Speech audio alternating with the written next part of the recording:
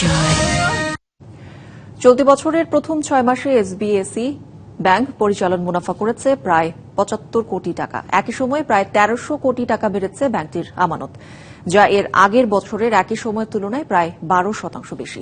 বেসরকারি এই বাণিজ্যিক ব্যাংকের আমানতের পরিমাণ এখন 12,000 কোটি টাকারও বেশি। শনিবার রাজধানীর একটি হোটেলে ব্যাংকের অর্ধবার্ষিক ব্যবসা উন্নয়ন সম্মেলনে জানানো হয় এমন তথ্য। 12,000 কোটি টাকা আমানতের বিপরীতে এসবিএসই ব্যাংকের ঋণ বাবদ বিনিয়োগ আছে 9,627 কোটি টাকা। ব্যাংকটির পর্ষদ চেয়ারম্যান ইঞ্জিনিয়ার মোহাম্মদ মোখলেসুর রহমান বলেন, গেল কয়েক বছরের বৈশ্বিক ও অভ্যন্তরীণ সংকটের মধ্যেও ব্যাংকটি আর্থিক স্থিতিশীলতা ধরে রাখতে পেরেছে।